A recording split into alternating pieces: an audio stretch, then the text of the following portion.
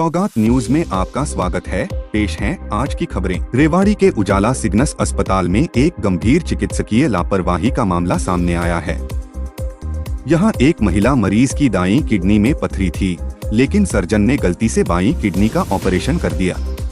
मरीज को जब तेज दर्द हुआ तो उसने दूसरे अस्पताल में जांच कराई, जहां सच्चाई सामने आई। पीड़िता की शिकायत पर सिटी थाना पुलिस ने अस्पताल के खिलाफ मामला दर्ज कर जांच शुरू कर दी है। हरियाणा में घग्गर नदी में पानी का स्तर तेजी से बढ़ रहा है, जिससे किसानों में दोहरी भावना है। एक तरफ जहां वे सूखे की मार झेल रहे थे और सिंचाई के लिए पानी की किल्लत का सामना कर रहे थे, वहीं दूसरी तरफ बढ़ते जलस्तर ने बाढ़ का खतरा पैदा कर दिया है। हिमाचल प्रदेश में हो रही भारी बारिश के कारण घग्गर नदी में पानी का बहाव लगातार बढ़ रहा है। प्रशासन ने नदी के आसपास रहने वाले लोगों को सतर्क रहने को कहा है। झज्जर में नए राशन डिपो के लाइसेंस के लिए ऑनलाइन आवेदन प्रक्रिया शुरू हो गई है। इच्छुक उम्मीदवार 8 अगस्त तक अंत्योदय सरल पोर्टल पर आवेदन कर सकते हैं। जिला खाद्य एवं आपूर्ति नियंत्रक आदित्य कौशिक ने जानकारी दी कि आवेदकों की उम्र 21 से 45 वर्ष होनी चाहिए। न्यूनतम शैक्षणिक योग्यता 12वीं पास और कंप्यूटर ज्ञान आवश्यक है। आवेदन के लिए परिवार पहचान पत्र भी अनिवार्य है। सिरसा जिले के रानिया में बार एसोसिएशन द्वारा रानिया तहसील को उपमंडल बनाने की मांग को लेकर दिया जा रहा धरना सोमवार को 20वें दिन समाप्त हो गया। भाजपा जिलाध्यक्ष शीशपाल कंबोज मुख्यमंत्री नायब सिंह सैनी का संदेश लेकर धरने पर पहुंचे। उन्होंने वकीलों को आश्वासन दिया कि मुख्यमंत्री ने रानिया को उपमंडल बनाने की मांग को कमेटी में भेजा है और इसी महीने होने वाली जनसभा में इस पर फैसला सुनाया जाएगा। वकीलों ने भाजपा जिलाध्यक्ष के आश्वासन के बाद धरना समाप्त कर दिया। फरीदाबाद के बल्लभगढ़ में स्थित FRU 2 में सोमवार को स्वास्थ्य मंत्री कमल गुप्ता ने वर्चुअल माध्यम से एक स्पेशल न्यूबॉर्न केयर यूनिट का उद्घाटन किया। इस यूनिट में नवजात शिशुओं के लिए 12 बेड और 5 फोटोथेरेपी मशीनें उपलब्ध हैं। इससे पहले अस्वस्थ नवजात शिशुओं को फरीदाबाद के सिविल अस्पताल रेफर किया जाता था। अब इस यूनिट के शुरू होने से स्थानीय स्तर पर ही नवजात शिशुओं को बेहतर इलाज मिल सकेगा। Civil surgeon doctor Savita Yadav ने इस सुविधा के लिए हरियाणा सरकार का आभार व्यक्त किया। हरियाणा राज्य के विभिन्न कॉलेजों में स्नातक पाठ्यक्रमों में खाली पड़ी सीटों को भरने के लिए उच्च शिक्षा विभाग ने दोबारा से दाखिला पोर्टल खोल दिया है। अब 14 अगस्त तक ओपन फिजिकल काउंसलिंग के माध्यम से छात्र छात्राएं प्रवेश ले सकते हैं। इससे पहले की काउंसलिंग में कई सीटें खाली रह गई थीं, जिसके बाद कॉलेजों ने दोबारा से पोर्टल खोलने की मांग की थी। सोनीपत में एक महिला से ऑनलाइन ठगी का मामला सामने आया है। पीड़िता ने इंस्टाग्राम पर एक व्यक्ति से बातचीत के दौरान एक ट्रेडिंग कंपनी में निवेश करने का झांसा दिया गया था। महिला ने 5 दिनों में कई बार कुल 6.5 लाख रुपए कंपनी के खाते में ट्रांसफर किए।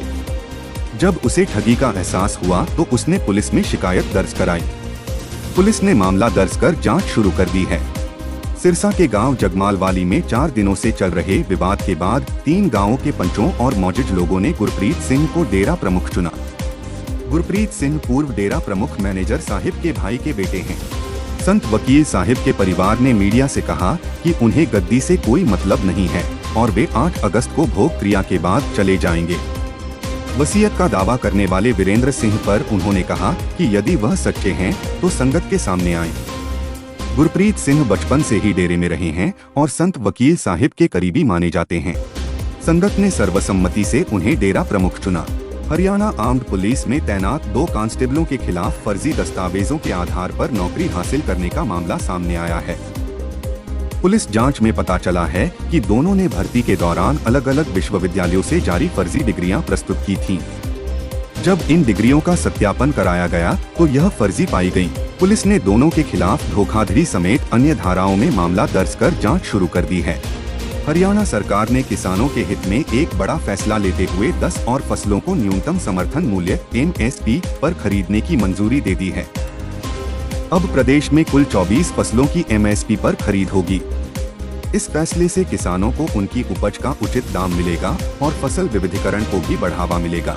मुख्यमंत्री नायब सिंह सैनी ने इस संबंध में कुरुक्षेत्र में की गई घोषणा के 24 घंटे के भीतर ही कैबिनेट बैठक में इस प्रस्ताव को मंजूरी दे दी।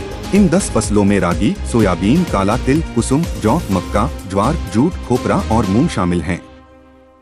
सरकार इन फसलों की MSP पर खरीद का पूरा खर्च खुद उठाएगी। इस फैसले से किसानों को बाजार में होने वाले उतार चढ़ाव से बचाया जा सकेगा और उनकी आय में वृद्धि होगी। आज के समाचार में बस इतना ही। देखते रहें सौगात न्यूज।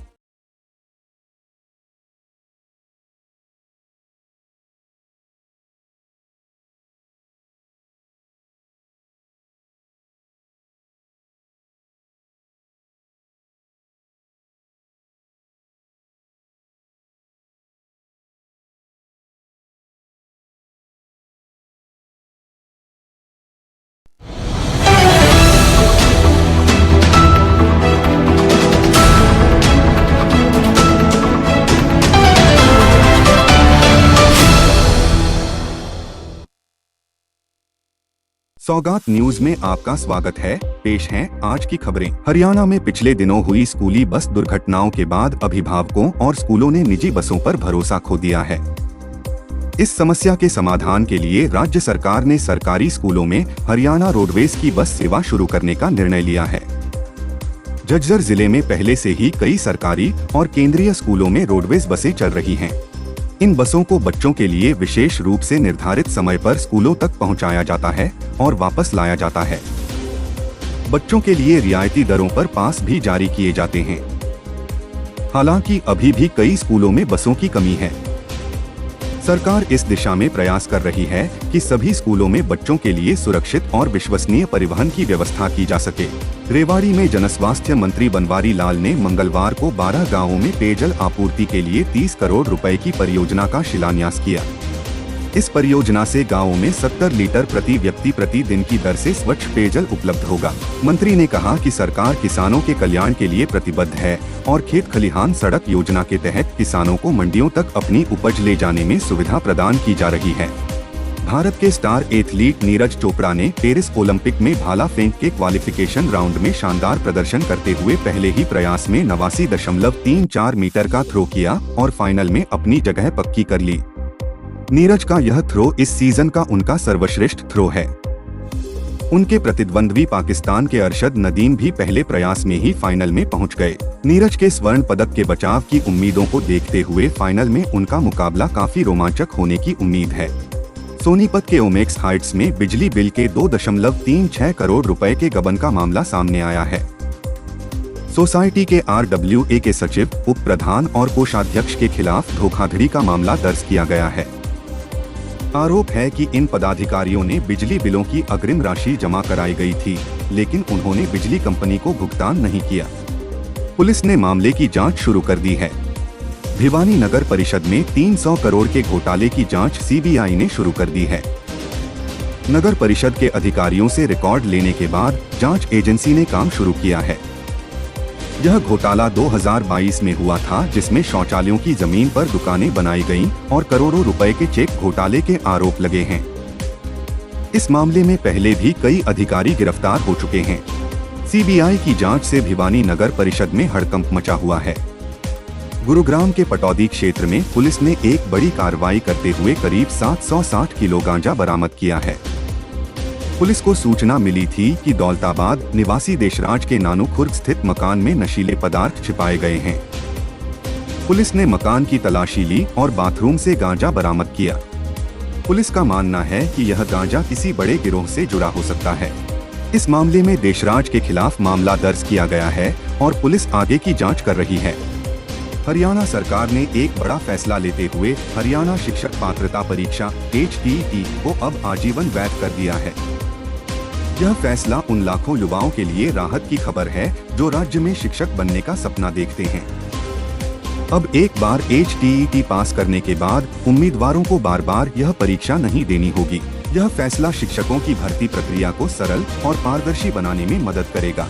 हरियाणा के सिरसा जिले के गांव बिजजूवाली में सिंचाई के पानी को लेकर किसानों और सिंचाई विभाग के अधिकारियों के बीच विवाद गहरा गया है। पिछले 3 वर्षों से टेल के किसानों को पर्याप्त पानी नहीं मिलने से नाराज किसानों ने मंगलवार को सिंचाई विभाग के कनिष्ठ अभियंता को बुलाकर अपनी समस्या से अवगत करवाया। किसानों का आरोप है कि विभाग द्वारा पानी का बंटवारा उचित तरीके से नहीं किया जा रहा है और टेल के किसानों को पर्याप्त पानी नहीं मिल रहा है। हालांकि अधिकारी इस आरोप से इनकार कर रहे हैं और तकनीकी खराबी की बात कह रहे हैं। दोनों पक्षों के बीच इस मुद्दे को लेकर तीखी बहस हुई। झज्जर में क्लर्क कर्मचारियों ने वेतन वृद्धि की अपनी मांग को लेकर सरकार के खिलाफ मोर्चा खोल दिया है। कर्मचारियों ने 35,400 रुपए वेतन की मांग को लेकर लगातार संघर्ष कर रहे हैं। हाल ही में हुई कैबिनेट बैठक में भी उनकी मांगों पर कोई विचार नहीं किया गया, जिससे कर्मचारी आक्रोशित हैं। क्लर्क यूनियन ने चेतावनी दी है कि अगर सरकार ने उनकी मांगों को नहीं माना तो वे 12, 13 और 14 अगस्त को हड़ताल पर रहेंगे। यदि सरकार उनकी मांगों को स्वीकार नहीं करती है तो वे बड़े आंदोलन की घोषणा करेंगे। फरीदाबाद के बल्लभगढ़ सेक्टर 3 में मंगलवार सुबह एक कार में भीषण आग लग गई। स्थानीय निवासी वरुण वर्मा ने बताया कि उन्होंने सुबह करीब 8:30 बजे अपनी कार में धुआं निकलते देखा और तुरंत फायर ब्रिगेड को सूचना दी। जब तक दमकल विभाग की गाड़ी मौके पर पहुंची, कार पूरी तरह जल चुकी थी। पुलिस ने बताया कि कार में आग लगने का कारण अभी तक स्पष्ट नहीं हो पाया है। कार मालिक का कहना है कि कार काफी पुरानी थी और शायद बैटरी में फॉल्ट के कारण आग लगी होगी। हालांकि पुलिस इस मामले की जांच कर रही है। आज के समाचार में बस इतना ही। देखते रहें सौगात न्यूज।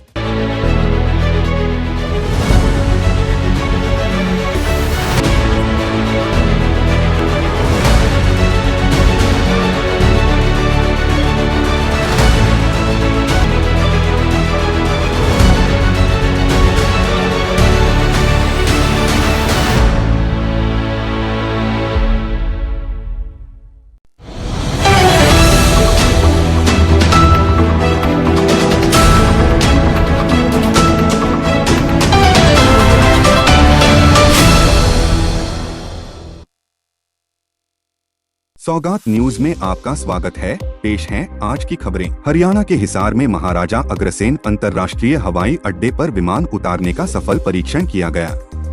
उम्मीद है कि एक सप्ताह के भीतर हवाई अड्डे को उड़ानों के लिए लाइसेंस मिल जाएगा। इस हवाई अड्डे से अयोध्या के लिए सीधी उड़ानें शुरू होने की उम्मीद है। हवाई अड्डे पर एकीकृत विनिर्माण क्लस्टर स्थापित करने के लिए जापानी कंपनी ने 250 एकड़ भूमि की मांग की है। इस परियोजना से क्षेत्र में रोजगार के नए अवसर पैदा होंगे। उड्डयन मंत्री डॉक्टर कमल गुप्ता ने बताया कि हवाई अड्डे के विकास से हिसार का विकास होगा और यह क्षेत्र देश के प्रमुख औद्योगिक केंद्रों में से एक बन जाएगा। हरियाणा के सिरसा में डेरा प्रमुख के निधन के बाद गद्दी विवाद गहरा गया है। इस विवाद को देखते हुए प्रशासन ने शांति व्यवस्था बनाए रखने के लिए बुधवार शाम 5 बजे से गुरुवार रात 12 बजे तक इंटरनेट सेवाएं बंद कर दी हैं। डेरा में कल रस्म पगड़ी होने वाली है, जिससे तनाव बढ़ने की आशंका है। प्रशासन ने दोनों पक्षों से शांति बनाए रखने की अपील की है। हरियाणा के मुख्यमंत्री नायब सैनी ने विधानसभा चुनाव से पहले बड़ी घोषणा की है। 1.80 लाख सालाना आय वाले परिवारों को अब 500 रुपए में गैस सिलेंडर मिलेगा। पहले पूरी कीमत चुकानी होगी और सब्सिडी बाद में बैंक खाते में आएगी। 30 के मौके पर सीएम ने 5,105 बेटियों के लिए 20.28 करोड़ रुपए, सेल्फ हेल्प ग्रुप के फंड में वृद्धि और सखी का मानदेय बढ़ाने की घोषणा की। 62,000 लखपति दीदी बनाने का लक्ष्य रखा गया है। महिलाओं से 30 पर एक पौधा लगाने की अपील भी की गई। हरियाणा में मंगलवार देर रात मानसून सक्रिय हो गया है। बुधवार सुबह पंचकूला, रेवाड़ी, नारनौल, पलवल, रोहतक, सोनीपत, फरीदाबाद सहित कई इलाकों में बारिश हो रही है। मौसम विभाग ने रादौर, थानेसर, शाहाबाद समेत 11 शहरों के लिए ऑरेंज अलर्ट जारी किया है। इन इलाकों में गरज चमक के साथ हल्की से मध्यम बारिश के आसार हैं। साथ ही 30 से 40 किलोमीटर प्रति घंटे की रफ्तार से हवाएं चलने और बिजली गिरने की संभावना भी जताई गई है। सोनीपत के Deenbandhu Chhotu Ram university of science and technology Murthal में विद्यार्थियों, शिक्षकों और कर्मचारियों का प्रदर्शन लगातार 29वें दिन भी जारी है। विद्यार्थियों ने यूनिवर्सिटी का मुख्य गेट बंद कर दिया है और वाइस चांसलर के खिलाफ हड़ताल पर हैं। प्रदर्शनकारी वीसी पर मनमानी और नियमों का उल्लंघन करने का आरोप लगा रहे हैं। उन्होंने नए चीफ वार्डन की नियुक्ति, छात्र फंड के दुरुपयोग और पीएचडी छात्रों को हॉस्टल से निकालने के आदेश को लेकर भी विरोध जताया है।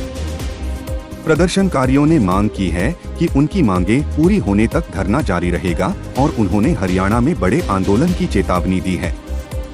स्वतंत्रता दिवस को देखते हुए सिरसा रेलवे स्टेशन पर सुरक्षा के पुख्ता इंतजाम किए गए हैं। बुधवार को राजकीय रेलवे पुलिस ने स्टेशन पर सर्च अभियान चलाकर यात्रियों और उनके सामान की गहनता से जांच की। खोजी कुत्ते की मदद से भी संदिग्ध वस्तुओं की तलाश की गई। रेलवे पुलिस के अधिकारियों ने बताया कि यात्रियों से अपील की गई है कि वे संदिग्ध गतिविधियों पर नजर रखें और किसी भी संदिग्ध व्यक्ति या वस्तु की सूचना तुरंत पुलिस को दें। साथ ही यात्रियों को साइबर ठगी से सावधान रहने की भी सलाह दी गई है। हरियाणा कर्मचारी चयन आयोग HSSC ने तृतीय श्रेणी पदों के लिए आयोजित होने वाली CET मुख्य परीक्षा को रद्द कर दिया है। अब यह परीक्षा शुक्रवार को शाम को होगी। वहीं महिला कांस्टेबलों की शारीरिक माप परीक्षा PMT गुरुवार को होगी।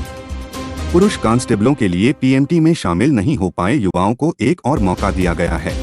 उन्हें गुरुवार सुबह 6:30 बजे ताऊ देवीलाल स्टेडियम में पहुंचना होगा। पंजाब और हरियाणा हाई कोर्ट ने राज्य सरकार को लोकलुभावन कदमों से बचकर राजस्व बढ़ाने पर जोर देने को कहा है। कोर्ट ने कहा कि सरकार को ऐसी नीतियां बनानी चाहिए जिससे राज्य को अधिकतम राजस्व मिले और कारोबारियों को व्यापार करने में आसानी हो। कोर्ट ने गुरुग्राम में 287 करोड़ रुपए की वाणिज्यिक साइट की नीलामी के लिए स्विस चैलेंज पद्धति अपनाने के आदेश दिए हैं। इस पद्धति में निजी डेवलपर सरकार को एक सार्वजनिक अवसंरचना परियोजना का प्रस्ताव देते हैं और सरकार सभी विकल्पों में से सर्वश्रेष्ठ का चयन करती है। फरीदाबाद के मुजेसर रेलवे फाटक पर मंगलवार रात दिल्ली के तुगलकाबाद स्थित एक सरकारी स्कूल के वाइस प्रिंसिपल कुलदीप कुमार ने ट्रेन के आगे कूदकर आत्महत्या कर ली। पुलिस ने मौके से उनकी i-10 कार बरामद की है, लेकिन उनके पास से कोई सुसाइड नोट नहीं मिला है। पुलिस मामले की जांच कर रही है और आत्महत्या के कारणों का पता लगाने का प्रयास कर रही है। फरीदाबाद में ट्रैफिक पुलिस ने यातायात नियमों के उल्लंघन पर अंकुश लगाने के लिए एक नया तरीका अपनाया है। पुलिस ने सोमवार को विशेष अभियान चलाकर ड्रोन की मदद से लेन बदलकर चलने वाले 860 वाहनों के चालान काटे। DCP ट्रैफिक के अनुसार यह अभियान पुलिस कर्मियों की सुरक्षा को ध्यान में रखते हुए शुरू किया गया है। ड्रोन से हाईवे पर ऊपर से निगरानी रखना आसान है और इससे दुर्घटनाओं को रोकने में भी मदद मिलेगी। पुलिस महानिदेशक के निर्देशानुसार पुलिस आयुक्त राकेश कुमार आर्य के नेतृत्व में यह अभियान शुरू किया गया है। मेवात में साइबर ठगी के मामलों में लगातार इजाफा हो रहा है। पुलिस ने एंटी वायरस अभियान के तहत सतपुड़ा के पास से 4 ठगों को गिरफ्तार किया है। ये ठग व्हाट्सएप पर फर्जी ID बनाकर लोगों को नौकरी, वर्क फ्रॉम होम और ऑनलाइन कमाई का झांसा देकर ठगी करते थे। पुलिस ने आरोपियों के पास से 8 मोबाइल और 11 फर्जी सिम बरामद किए हैं। पुलिस के मुताबिक ये ठग राजस्थान के डीग थाने क्षेत्र में भी सक्रिय थे। पुलिस ने इनके खिलाफ केस दर्ज कर जांच शुरू कर दी है। मेवात पुलिस ने इस तरह के कई ठगों को पहले भी गिरफ्तार किया है और इस अभियान को जारी रखे हुए हैं। आज के समाचार में बस इतना ही। देखते रहें सौगात न्यूज।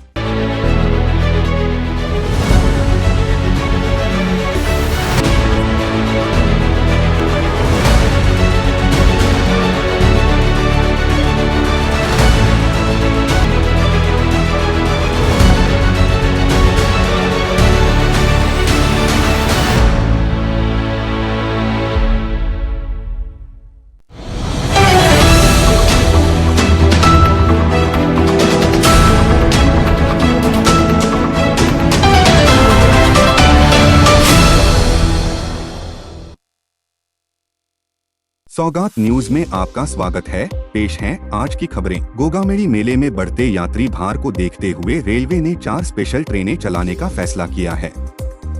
ये ट्रेनें 20 अगस्त से 16 सितंबर तक चलाई जाएंगी। इसके अलावा श्रीगंगानगर बांद्रा टर्मिनस रेल सेवा भी गोगामेड़ी स्टेशन पर 1 महीने के लिए रुकेगी। रेवाड़ी से गोगामेड़ी के लिए 2 जोड़ी स्पेशल ट्रेनें चलाई जाएंगी, जबकि सादुलपुर से गोगामेड़ी के लिए भी 2 जोड़ी स्पेशल ट्रेनें चलाई जाएंगी। इन ट्रेनों में सामान्य द्वितीय श्रेणी के डिब्बे होंगे। हालांकि इन स्पेशल ट्रेनों के कारण कुछ अन्य ट्रेनों के संचालन में बदलाव किए गए हैं। दिल्ली हिसार, हिसार दिल्ली और रेवाड़ी हिसार स्पेशल ट्रेनें आंशिक रूप से रद्द रहेंगी। यात्रियों से अनुरोध है कि यात्रा करने से पहले रेलवे की आधिकारिक वेबसाइट या संबंधित स्टेशनों से जानकारी प्राप्त कर लें। करनाल के कुंजपुरा गांव में गंदे पानी से फैली बीमारी ने हाहाकार मचा रखा है। 44 लोग अस्पताल में भर्ती हैं और 5 लोगों की मौत हो चुकी है। ग्रामीणों का आरोप है कि पिछले 3 महीने से गंदा पानी आ रहा है और प्रशासन ने कोई कार्रवाई नहीं की है। नाराज ग्रामीणों ने सड़क जाम कर प्रदर्शन किया है। स्वास्थ्य विभाग ने गंदे पानी को बीमारी फैलने का कारण बताया है।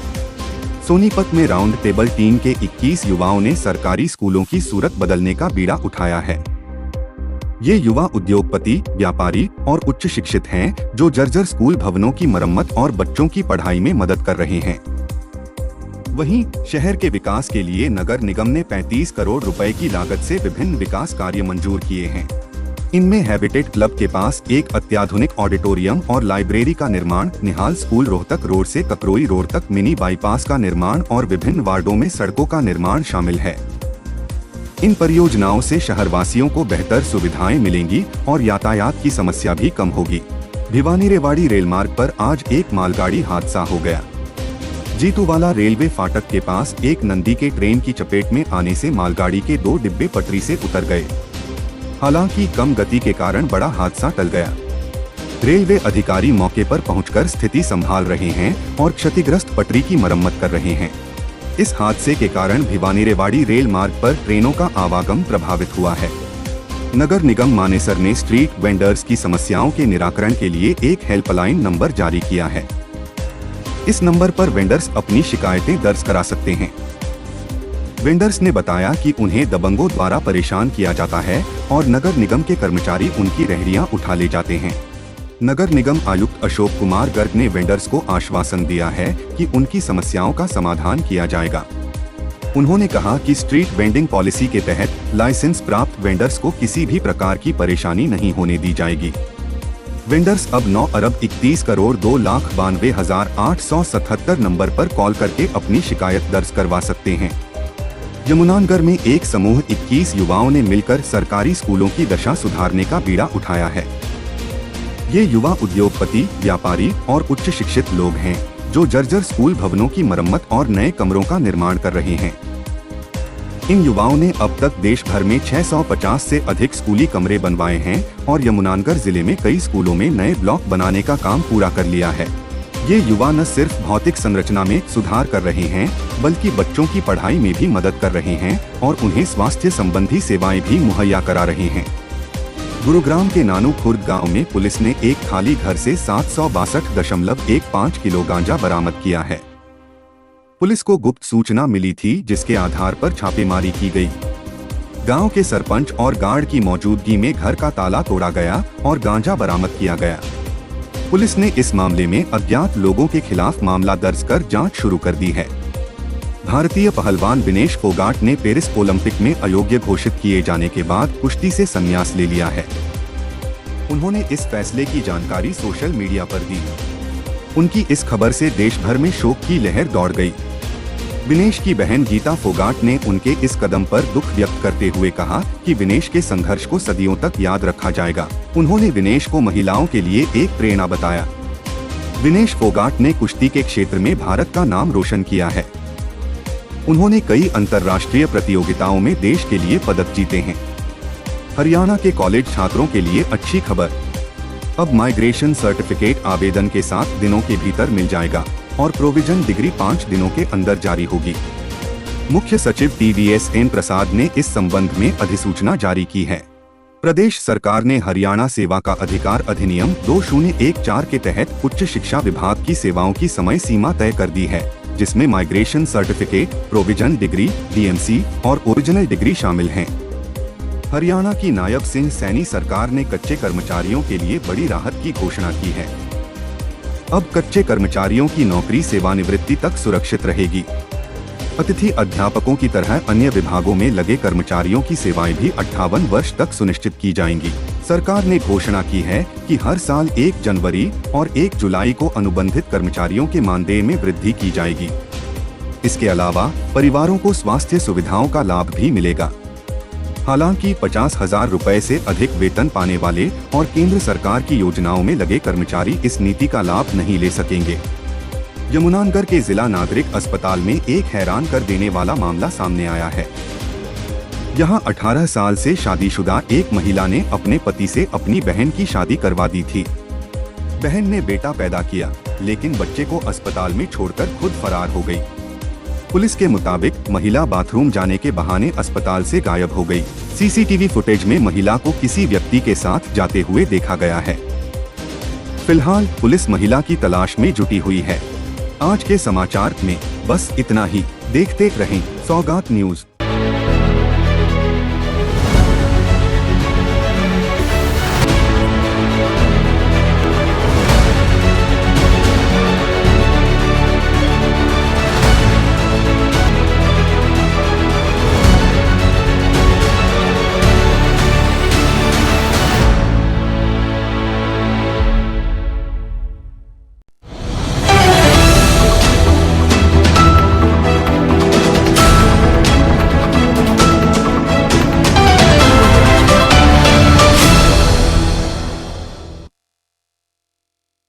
सौगात न्यूज में आपका स्वागत है। पेश हैं आज की खबरें। हरियाणा के उन पुलिस अधिकारियों को वीरता पुरस्कार नहीं दिया जाएगा जिन्होंने किसान आंदोलन के दौरान किसानों को दिल्ली जाने से रोका था। केंद्र सरकार ने इन अधिकारियों के नामों की सिफारिश देरी से होने के कारण पुरस्कार देने से इनकार कर दिया है। इस मामले में हाई कोर्ट में दायर याचिका भी खारिज कर दी गई है। पंजाब सरकार ने भी इन अधिकारियों को पुरस्कार देने का विरोध किया था। हरियाणा सरकार ने प्रदेश के सभी स्कूलों में बच्चों को सुबह गुड मॉर्निंग की जगह जय हिंद बोलने का आदेश जारी किया है। यह आदेश 15 अगस्त से लागू होगा। सरकार का मानना है कि इससे बच्चों में देशभक्ति की भावना बढ़ेगी और वे राष्ट्रीय एकता के प्रति अधिक जागरूक होंगे। शिक्षा विभाग के अनुसार जय हिंद बोलने से बच्चों में अनुशासन, सम्मान और राष्ट्रीय गौरव की भावना बढ़ेगी। यह नारा नेताजी सुभाष चंद्र बोस द्वारा दिया गया था और आज भी भारतीय सशस्त्र बलों द्वारा अभिवादन के रूप में प्रयोग किया जाता है।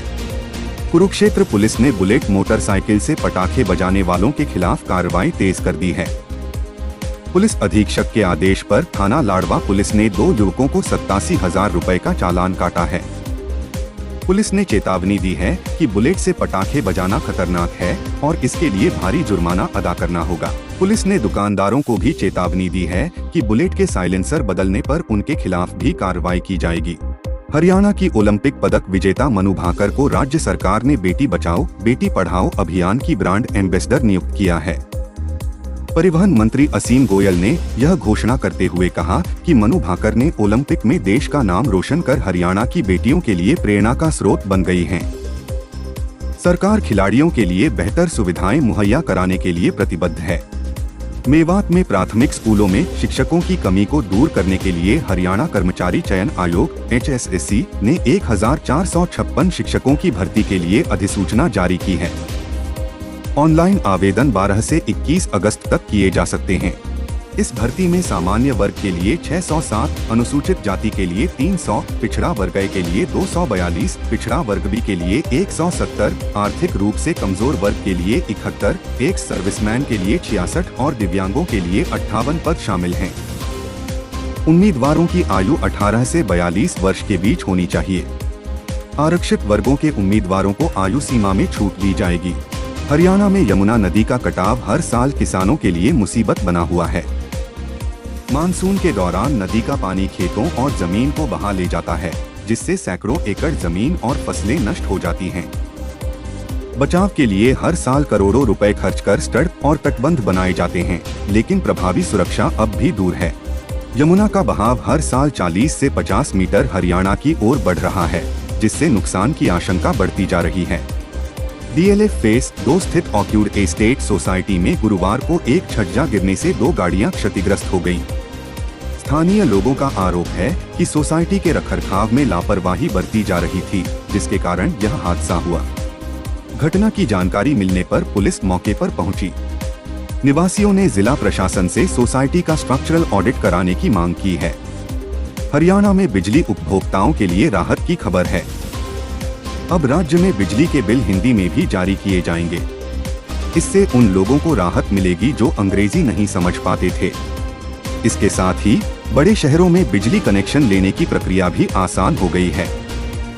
अब आवेदन के मात्र 3 दिन के अंदर नया बिजली कनेक्शन मिल जाएगा। हरियाणा विद्युत विनियामक आयोग ने इस संबंध में नए नियम जारी किए हैं। अब उपभोक्ता वेब पोर्टल के माध्यम से नया कनेक्शन या पुराने कनेक्शन में बदलाव के लिए आवेदन कर सकते हैं। आज के समाचार में बस इतना ही। देखते रहें सौगात न्यूज।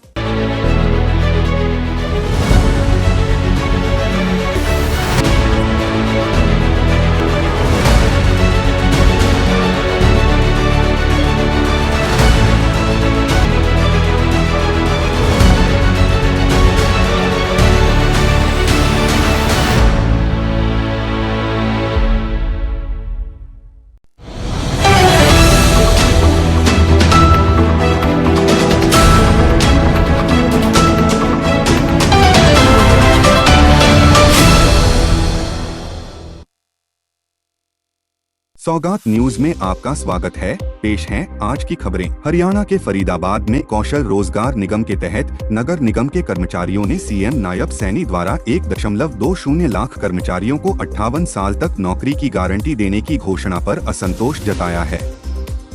कर्मचारियों का कहना है कि वे स्थायी नौकरी की उम्मीद कर रहे थे, लेकिन उन्हें गारंटी की बजाय पक्का किए जाने की जरूरत है। सीएम के फैसले के अनुसार केवल वे कर्मचारी लाभान्वित होंगे जो 15 अगस्त तक 5 साल पूरे कर लेंगे। इसलिए कर्मचारियों की मांग है कि जिनको 2 साल भी हुए हैं उन्हें भी स्थायी करने की नीति बनाई जाए और सभी को एकमुश्त पक्का किया जाए। उनका कहना है कि सरकार तभी स्थायी होगी जब वह उन्हें स्थायी करेगी। यमुनानगर पुलिस ने नकली नोट छापने वाले एक गिरोह का पर्दाफाश किया है। पुलिस ने छापेमारी के दौरान 6 आरोपियों को गिरफ्तार किया है और उनके पास से 12.75 लाख रुपए की नकली करेंसी बरामद की है। आरोपी पंचकूला में एक ऑफिस में लैपटॉप और प्रिंटर की मदद से नकली नोट छाप रहे थे। पुलिस ने आरोपियों के खिलाफ छछरौली थाने में मामला दर्ज कर लिया है और 3 आरोपियों को पूछताछ के लिए हिरासत में लिया है। हरियाणा में नंबरदारों की मांगों को पूरा करने के लिए सरकार बड़ा बदलाव करने जा रही है। सूत्रों के मुताबिक सरकार नंबरदारों की भर्ती पर लगी रोक हटा सकती है और उन्हें तहसील कार्यालयों में बैठने के लिए अलग कमरे की सुविधा देने पर विचार कर रही है। इसके अलावा नंबरदारों के बेटों को भी नंबरदारी देने का प्रावधान किया जा सकता है। स्वतंत्रता दिवस पर हर घर तिरंगा अभियान को और मजबूत बनाने के लिए डाक विभाग ने एक नई पहल की है। अब आप घर बैठे ऑनलाइन आवेदन करके तिरंगा मंगवा सकते हैं। भिवानी और दादरी के 225 डाकघरों में 10,000 तिरंगे उपलब्ध हैं। डाक विभाग पिछले 3 सालों से यह सुविधा मुहैया करा रहा है। आप अपने नजदीकी डाकघर में जाकर या ऑनलाइन बुक करके तिरंगा प्राप्त कर सकते हैं। सिरसा के डबवाली में पुलिस ने आड़ती परविंद्र अरोड़ा को गिरफ्तार किया है।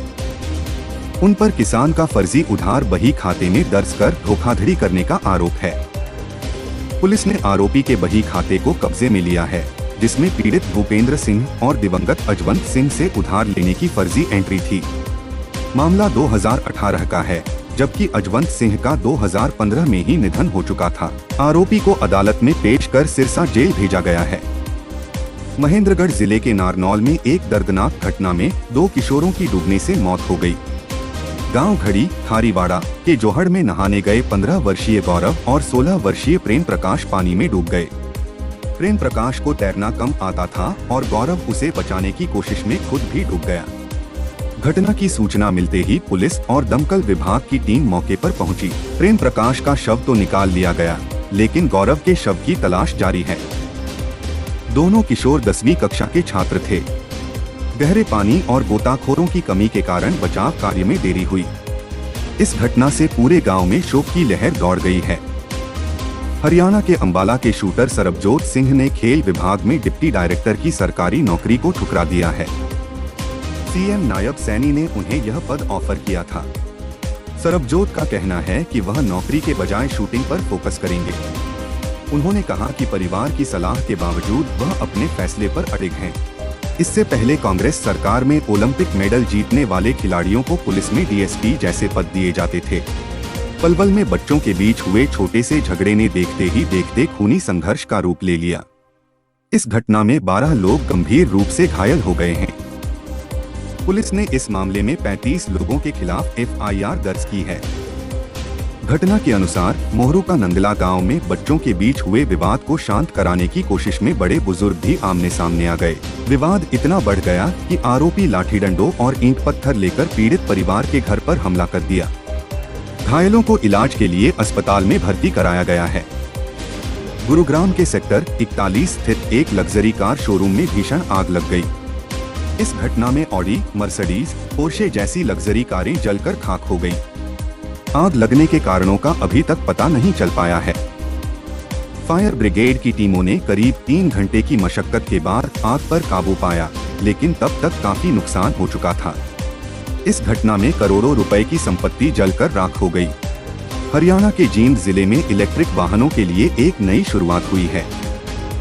उचाना में दक्षिण हरियाणा विद्युत निगम के कार्यालय परिसर में जींद जिले का पहला इलेक्ट्रिक व्हीकल चार्जिंग स्टेशन स्थापित किया गया है। यह स्टेशन सेर्फी कंपनी द्वारा स्थापित किया गया है और नेशनल हाईवे 352 पर यात्रा करने वाले इलेक्ट्रिक वाहन चालकों के लिए एक बड़ी राहत है।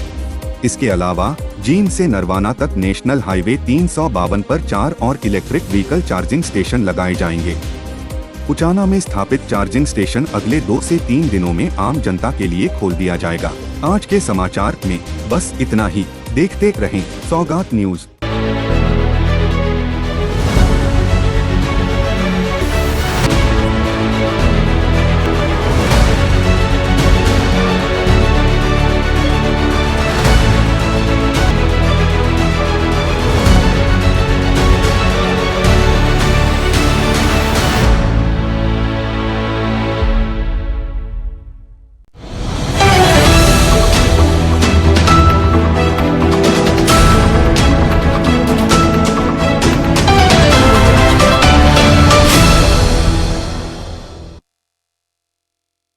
सौगात न्यूज में आपका स्वागत है। पेश हैं आज की खबरें। चंडीगढ़ प्रशासन ने 4 सरकारी कॉलेजों में असिस्टेंट प्रोफेसरों की कमी पूरी करने के लिए हरियाणा से दूसरी बार डेपुटेशन पैनल मांगा है। पंजाब सरकार द्वारा पैनल न भेजने के कारण यह कदम उठाया गया है। हरियाणा के असिस्टेंट प्रोफेसर 11 अगस्त तक ऑनलाइन आवेदन कर सकते हैं। चयनित उम्मीदवारों को 5 साल से अधिक समय का अनुभव होना चाहिए। यह कदम चंडीगढ़ के उच्चतर शिक्षा विभाग में 11 सालों से भर्ती न होने के कारण उठाया गया है। नियमित भर्ती न होने से कॉलेजों में सीटें खाली पड़ी हैं।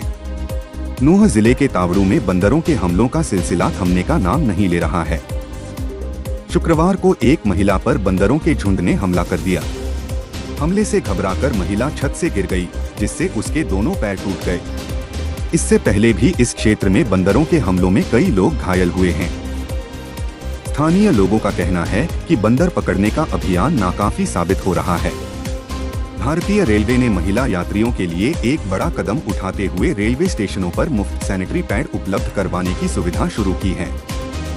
यमुनानगर जगाधरी रेलवे स्टेशन पर 100 पैड की क्षमता वाली एक ऑटोमेटिक वेंडिंग मशीन लगाई गई है। इससे महिला यात्रियों को यात्रा के दौरान किसी भी प्रकार की असुविधा नहीं होगी। यह मशीन टिकट काउंटर के पास और प्लेटफॉर्म नंबर 1 पर लगाई गई है, ताकि महिलाएं आसानी से इनका उपयोग कर सकें। इस पहल से महिलाओं को स्वच्छता और सुविधा सुनिश्चित होगी और उनकी यात्रा और भी आरामदायक बनेगी। यमुनानगर में एक अद्भुत घटना घटी है। यहाँ एक व्यक्ति, जिसे उसके परिवार ने 40 साल पहले मृत समझकर श्राद्ध किया था, जिंदा मिला है। रामेश्वर दास नामक यह व्यक्ति मानसिक रूप से बीमार था और कुरुक्षेत्र में घूम रहा था। यमुनानगर के एक एनजीओ ने उसे बचाया और इलाज करवाया। पूछताछ में पता चला कि वह बिहार का रहने वाला है। एनजीओ ने उसके परिवार से संपर्क किया और उसे उसके परिवार से मिलाया। परिवार के लोग इस घटना से बेहद भावुक हुए। हरियाणा के जींद में किसानों ने दिल्ली चंडीगढ़ नेशनल हाईवे पर बने खटकड़ टोल प्लाजा को बंद कर दिया है। किसानों का आरोप है कि टोल कर्मचारी उनके साथ गुंडागर्दी करते हैं और किसान यूनियन के झंडे वाली गाड़ियों को भी टोल टैक्स देते हैं। किसानों ने मांग की है कि टोल कर्मचारी उनकी पंचायत में आकर माफी मांगें और 20 किलोमीटर के दायरे में आने वाले गाँव के लिए टोल फ्री किया जाए। किसान नेता रवि आजाद ने कहा है कि जब तक उनकी मांगे पूरी नहीं होती, तब तक धरना जारी रहेगा। हरियाणा के अंबाला में हुई भारी बारिश से शहर में बाढ़ जैसे हालात पैदा हो गए हैं। 4 घंटों में 150 मिमी बारिश होने से शहर के कई इलाकों में सड़कें तालाब बन गई हैं। अंबाला शहर और कैंट दोनों ही क्षेत्रों में जलभराव की स्थिति है। नगर निगम कार्यालय भी पानी में डूबा हुआ है। लोगों के घरों में पानी भर जाने से जनजीवन अस्त व्यस्त हो गया है। स्थानीय लोगों ने नगर निगम और प्रशासन पर कार्रवाई न करने का आरोप लगाया है। हरियाणा के करनाल में 382 करोड़ रुपए की लागत से बनी आवर्धन नहर ट्रायल के दौरान ही टूट गई है। कलबहड़ी सुभरी पुल के पास नहर का एक हिस्सा धंस गया है। स्थानीय लोगों का आरोप है कि नहर के निर्माण में घटिया सामग्री का इस्तेमाल किया गया है। सिंचाई विभाग का कहना है कि यह घटना नहर के स्तर में थोड़ी कमी के कारण हुई है और मरम्मत का काम जारी है। गुरुग्राम में सोशल मीडिया पर वायरल हुए स्टंट वीडियो के बाद पुलिस ने कार्रवाई करते हुए थार गाड़ी चलाकर स्टंट करने वाले आरोपी को गिरफ्तार कर लिया है। पुलिस के मुताबिक आरोपी ने सोशल मीडिया पर फेमस होने के लिए यह खतरनाक हरकत की थी। आरोपी के खिलाफ मामला दर्ज कर लिया गया है और गाड़ी को जब्त कर लिया गया है। पुलिस ने लोगों से अपील की है कि वे ट्रैफिक नियमों का पालन करें। आज के समाचार में बस इतना ही। देखते रहें सौगात न्यूज।